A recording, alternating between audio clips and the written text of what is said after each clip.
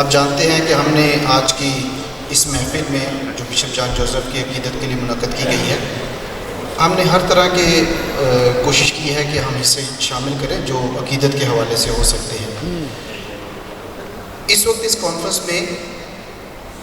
کی مناسبت سے اب ہم کچھ وقت شاعری پر مرکوز کرنا چاہتے ہیں۔ ہم اگر آج خواب دیکھیں گے، لوگ کل انقلاب دیکھیں گے۔ ہم گزر کر لہو کے موسم سے سولیوں پر گلاب دیکھیں گے۔ ہم گزر کر لہو کے موسم سے سولیوں پر گلاب دیکھیں گے۔ اور میرا مذہب ہے محبت کرنا۔ فتن انتہائی مشکور ہوں۔ ان دا انٹرسٹ آف ٹائم یہ ایک ریزولوشن جو کہ خاصا کمپریہنسو ہے، اس کو میں بہت ہی اختصار کے ساتھ آپ کے سامنے پیش کرنا چاہوں گا۔ کچھ باتیں جیسے فردوس کامران نے کہا کہ قوانین ختم ہونی چاہیے، شہریوں کے حقوق مساوی ہونے چاہیے۔ گجرا میں ہونے والے سانحے کی جوڈیشل انکوائری پر جو ریکمنڈیشنز آئیں، اس کی سفارشات پہ فرقہ واریت اور مذہبی انتہا پسندی کی روک تھام، تکفیر کے۔ بسم اللہ الرحمن الرحیم۔ ناظرین، آپ کا اپنا میزبان ہے میرا مان نیوز 24 کے حوالے سے اس وقت مقامی ہوٹل میں موجود ہے، جہاں پر بشپ جان جوزف کی سالانہ برسی کا انعقاد کیا گیا ہے۔ آج ہمارے ساتھ موجود ہیں نبیلہ فیروز صاحبہ، جن سے ہم بات کریں گے موجودہ سیاسی نظام میں اقلیتوں کے حقوق کے حوالے سے آیا وہ کیا کہتی ہیں۔ جی میڈم، روشن خیالی اور متحرک معاشرے کے لیے حکومتی کردار سے آپ کس حد تک مطمئن ہیں؟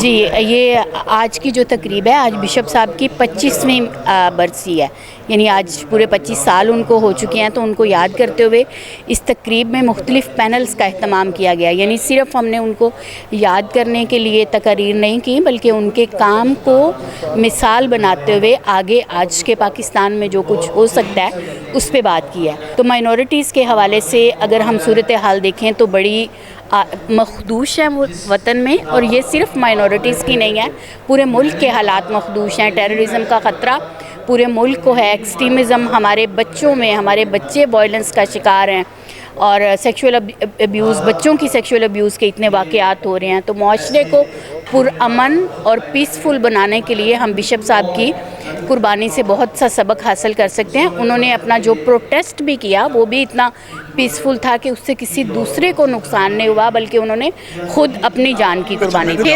آج آپ ان کی برسی کے حوالے سے کیا پیغام دیں؟ میں ان کی برسی کے حوالے سے یہی پیغام دینا چاہوں گی کہ ہمیں ان کے اقوال اور ان کی زندگی کا جو نمونہ ہے اس کو لے کے آگے چلتے ہوئے مائنورٹیز کے حقوق کے حوالے سے، مساوات کے حوالے سے، سارے شہری برابر ہیں پاکستان کے، اس حوالے سے، اور اقلیتوں کے خلاف جو ڈسکریمنیٹری لاز ہیں ان کے خاتمے کے حوالے سے جدوجہد کرنے کی ضرورت ہے۔ دیکھیں جی، ہم سب پاکستانی ہیں اور ہم پاکستان کا ایک بہت ہی اہم جزو ہیں۔ جیسے ہمارے پاکستان میں جو جھنڈا ہے، گرین جو ہے وہ اکثریت کو، اور وائٹ جو ہے وہ مذہبی اقلیت کو ظاہر کرتا ہے۔ تو اس وجہ سے یہ جو پاکستان کو ایک روشن خیال معاشرہ بنانے کی ضرورت ہے، اور اس کی ہمیں بہت ساری چیزیں نظر بھی آتی ہیں۔ جیسے یہاں پر مذہبی آزادی ہے، ہمیں اپنے اسکول بنانے کی آزادی ہے، چرچز تعمیر کرنے کی آزادی ہے، لیکن اس کے ساتھ ساتھ کئی ایسے واقعات ہو جاتے ہیں ہمارے ملک میں جس سے اقلیتیں اپنے آپ کو غیر محفوظ سمجھتی ہیں۔ جیسے گزشتہ دنوں میں ایک سکھ کا قتل ہو گیا، ایک کرسچن کا قتل ہو گیا، اور اس سے پہلے ہندو ٹیمپل پر حملہ کیا گیا، پھر چرچز پر حملہ کیا گیا. تو ایک اس قسم کے جو واقعات ہوتے ہیں وہ ہمیں پریشان کر دیتے ہیں، اور اس کے لیے بڑی ضروری ہے کہ ہم تحفظ فراہم کرنے کے لیے آپ کی کمیونٹی کیا کردار ادا کرتی ہے؟ یہ تحفظ فراہم کرنا تو یہ گورنمنٹ کا کام ہے.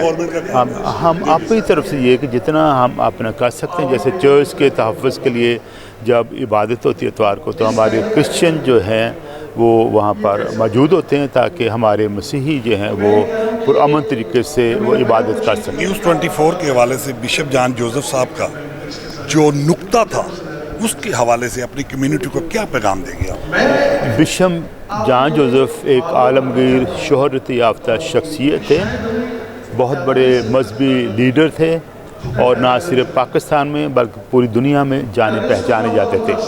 بشپ جان جوزف نے ہمیشہ انسانی حقوق کی بات کی، مساوی حقوق کی بات کی، انٹرفیئر ڈائلاگ کی بات کی، اور انہوں نے کہا کہ پاکستان میں کسی کے ساتھ بھی ناانصافی نہ ہو اور ہم سب اپنے اپنے مذہب پر آزادانہ طور پر عمل کر سکیں، اور کسی بھی دوسرے مذہب کی تضحیق نہیں ہونی چاہیے، اور ہر ایک مذہب جیسے وہ کہتے ہیں کہ اپنا مذہب چھوڑو نہ اور دوسرے کا مذہب چھیڑو نہ. تو بشپ جان جوزف کی جو ایک مقناطیسی شخصیت تھی، اور وہ یہ چاہتے تھے کہ پاکستان میں ہم مل کے رواداری اور ہم آہنگی کے ساتھ رہیں اور ایک دوسرے کے درمیان ہم پل بنے. اچھا ڈاکٹر جیمز صاحب، امتیازی قوانین کے خاتمے کے حوالے سے آپ کیا کہیں گے؟ امتیازی قوانین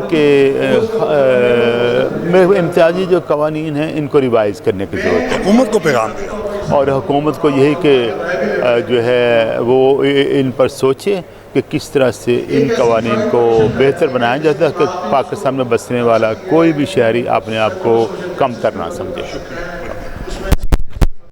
بشپ صاحب ایک عوامی بشپ تھے اور لوگوں کے ساتھ ان کا ایک گہرا تعلق تھا، اور وہ ہمیشہ لوگوں کے درمیان رہنا پسند کرتے تھے. بشپ کا پروٹوکول ایک فرق قسم کا پروٹوکول ہوتا تھا ان سے پہلے، لیکن انہوں نے جب وہ بشپ بنے انہوں نے سارا پروٹوکول جو ہے وہ کھول دیا، اور وہ عوام میں گھل مل جاتے تھے، عوام سے ملتے تھے، عوام سے رابطہ رکھتے تھے، اور جہاں کہیں بھی کوئی پرابلم ہوتی تھی کمیونٹی کے لیے، نہ صرف کمیونٹی کے لیے بلکہ کسی بھی دوسرے لوگوں کے لیے بھی، تو وہ بڑھ چڑھ کے ان کی مدد کرتے تھے. اچھا سر، کوئی اب ایسی لیڈرشپ موجود ہے جو بشپ جوزف کے اپنا خلا کو پورا کر سکے؟ آج کے پروگرام کی ساتھ سے میں کہنا چاہتا ہوں کہ آج یہاں پہ آپ دیکھ رہے تھے کہ لوگ ہیں، لیکن ضرورت یہ ہے کہ ہمیں ایک ساتھ مل کے چلنے کی ضرورت ہے. ایک ساتھ ملیں تو لیڈر تو مل سکتے ہیں، لیکن ایک بات میں بولڈلی کہوں گا، کلیئر کٹ، کہ ایسی لیڈرشپ ابھی تک نظر نہیں آئی جو بشپ جان جوزف میں تھی. اچھا سر، آج نیوز 24 کے حوالے سے آج آپ کیا پیغام دینے جا رہے ہیں اپنی کمیونٹی کو؟ نیوز 24 جو ہے وہ تمام کمیونٹیز کو کور کرتا ہے، اور یہ بڑی خوشی کی بات ہے. السلام علیکم، میرا نام فردوس کامران ہے اور میں بشپ جان جوزف کے سب سے چھوٹے بھائی آگسٹین جوزف کی بیٹی ہوں. تو میں نے جیسے بتایا ابھی تھوڑی دیر پہلے بھی کہ میرے پیرنٹس کی تو بہت جلدی ڈیتھ ہو گئی تھی، تو bishop John Joseph meant everything for me. He was my father, my mother, my mentor, everything. تو انہی کی طرح انہی کے نقشے قدم پر چلنے کی میں نے بچپن میں ٹھان لی تھی، کیونکہ بچپن میں ان کو دیکھا کہ اور یوں لگا کہ ان کے جیسا تو کوئی بھی نہیں ہے. وہ ہر وقت ہیومن رائٹس پہ اور انٹرفیتھ پہ کام کرتے تھے، اور میں نے ان سے جتنا کچھ سیکھا ہے ان کی لائف سے. وہ کہتے تھے کہ آواز اٹھانے سے نہیں ڈرنا چاہیے، جہاں پر آپ کو بولنا ہے وہاں پر چپ رہنا آپ کا جرم ہوتا ہے. تو میں نے ان سے یہ ہمیشہ سے سیکھا اور بچپن سے سیکھا، اور اپنی لائف میں بھی میں نے یہی کرنے کی کوشش کی. آج ہم بشپ جان جوزف شہید کی 25 سالہ شہادت کی برسی منانے یہاں پر آئے ہیں. آج ہم ان کی اس قربانی کو خراج تحسین پیش کرتے ہیں.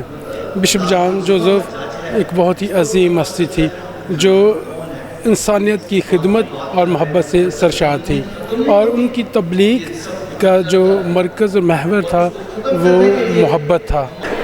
جی، یہ تو کہا جا سکتا ہے کہ ایسی قداور لیڈرشپ جیسی بشپ جان جوزف کی تھی وہ تو موجود نہیں ہے، لیکن ان کی تیار کی ہوئی نرسری اور وہ پودے جو انہوں نے لگائے وہ تناور درخت بن چکے ہیں. یہ اس کو ہم ٹرانسفارمیشنل لیڈرشپ کہتے ہیں.